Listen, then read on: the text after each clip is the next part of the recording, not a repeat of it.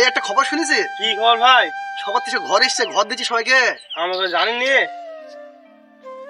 আরে দেখবি তো তুই? হ্যাঁ, অনলাইনে দেখা যাচ্ছে সব। আরে যাই তাহলে। আরে ওখানে দেখে আসি। হ্যাঁ, চলো তাহলে চেক করে আসি। আমি চেক করে আসি। চলো দেখি। দেখে আসি। হ্যাঁ, তো পকেট মধ্যে চলো।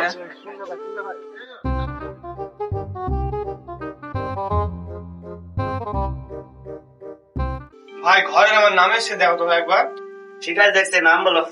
আশিকুল শেখ। ভাই ভাই আরে আরে আরে দেখো তো কি আরে নাম আছে কামা কি নাম ভাই তোমার? কালু শেখ। এসে তো ভাই 1,20,000 বসন দিল। কি কি জমা দিতে ভাই? জমা দিতে হবে। থামো থামো ভাই, দাঁড়াও একাই বলছি। ওই করবা, তোমাদের যত ডকুমেন্ট আছে, ঠিক আছে, আধার কার্ড মাধার কার্ড সব নিয়ে, হ্যাঁ, প্রধানকে জমা দেবো, হ্যাঁ? প্রধানকে দিলে হয়ে যাবে ভাই। হ্যাঁ, ঠিক আছে ভাই। ঠিক আছে ভাই, আসি। ঠিক আছে ঠিক আছে।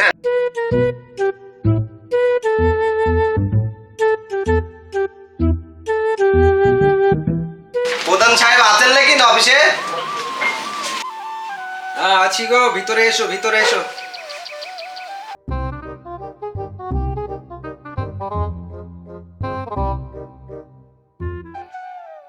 কি ব্যাপার সব একসঙ্গে? আরে শুনলাম আরে ঘর এইছে, তাই আর কাগজটা জমা দিতে হবে। হ্যাঁ হ্যাঁ, ঘর এসছে, তোমাদেরকে বলা হয়নি ব্যাপারটা। ঠিক আছে, দেখি কাগজগুলো দেখি।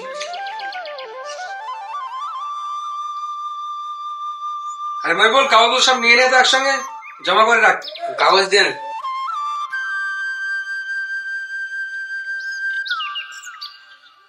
ঠিক আছে মহিবুল, কাগজগুলো ঠিকঠাক রেখে দে, আমি একটু মিটিং আছে, মিটিংটা সেরে আসি। ঠিক আছে, পরে কথা বলবো তোমাদের সঙ্গে। ঠিক আছে হ্যাঁ।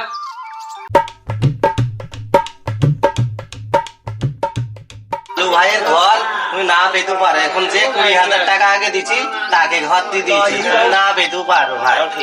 ঠিক আছে,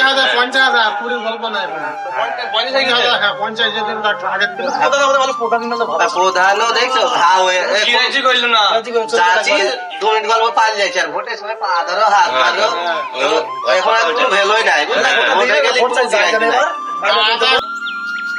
কোন শালা ঘর আটকে যাবে না রে? আরে আরে তার কি বাপের ঘর নাকি? সে তো বটে ভাই। আরে সরকারের ঘর। হ্যাঁ সব ঠিক করে দেবো আমি। আগে চিনিস না তাই? এখন এসব কথা ভাই আস্তে আস্তে হ্যাঁ। শুনতে হলে ঘর তো পাবাই না, আবার এখনকার যুগ আমার মানে ভাই আমার নামই আছে। নামে তোমার আছে, যে টাকাটা আগে দিচ্ছি সে ঘর পাইছি। দেখছি তো দেখছি। আরে কালুর আর ক্ষমতাটা আর দেখিলিস, ঘর আর পাই কি আর নাই পাই। গেলাম দেখ।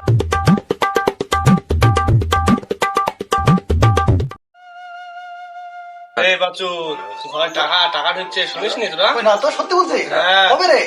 এক চো কালকে তা চ, আমার একটা দুইটা চ, একটা চ। যা দোকানে যা। যেতে হবে কাজ। এই বেঞ্জামিন, শুনছো নাকি নাকি নাই? হাসুল বলছি কাল ঘরে নাকি টাকা ঢুকেছে। সে কথা শুনছিস?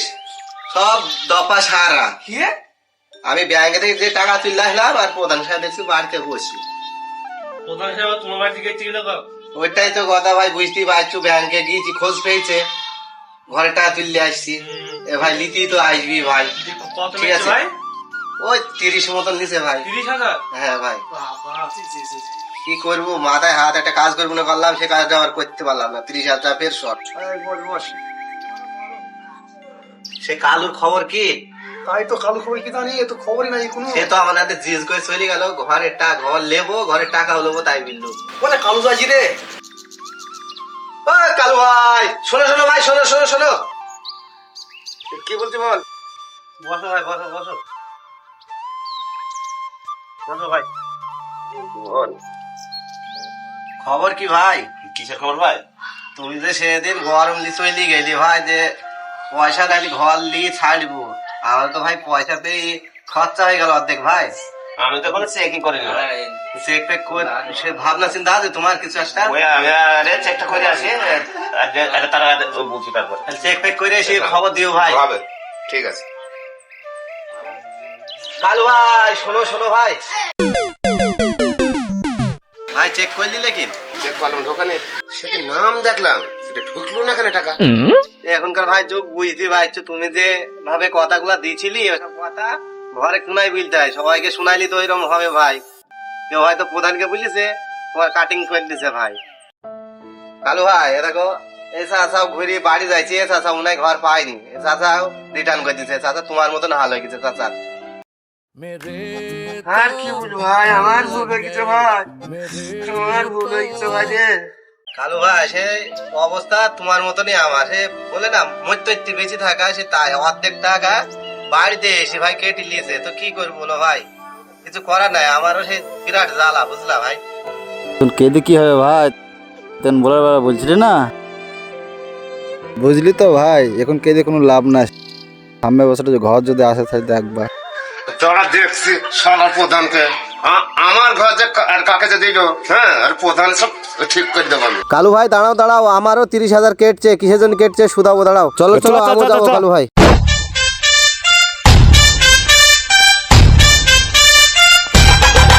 প্রধান সাহেব কিছু কথা ছিল তো। হ্যাঁ বলো। 60,000-এর মধ্যে 30,000 টাকা যদি কাটেন তা থাকবেটা কি বলে? আর 30,000 টাকা কি আমি নিয়েছি? উপর মহল নিয়েছি।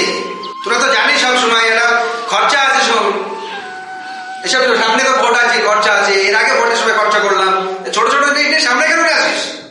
কিরে তোদের বাড়িতে ভোট চাইতে গেছিলাম, তখন তোরা দুটো ভোটে 30,000 টাকা নিয়েছিলি, এখন গায়ে বেজে গেছে।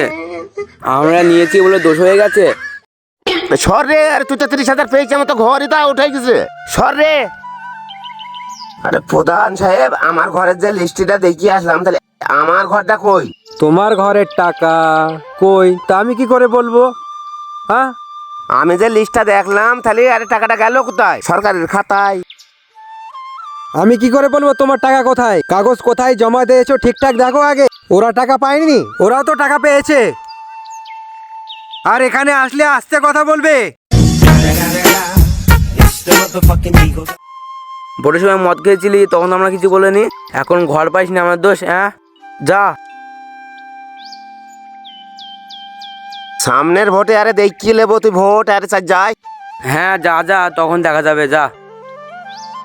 যত সব মাতালের দল।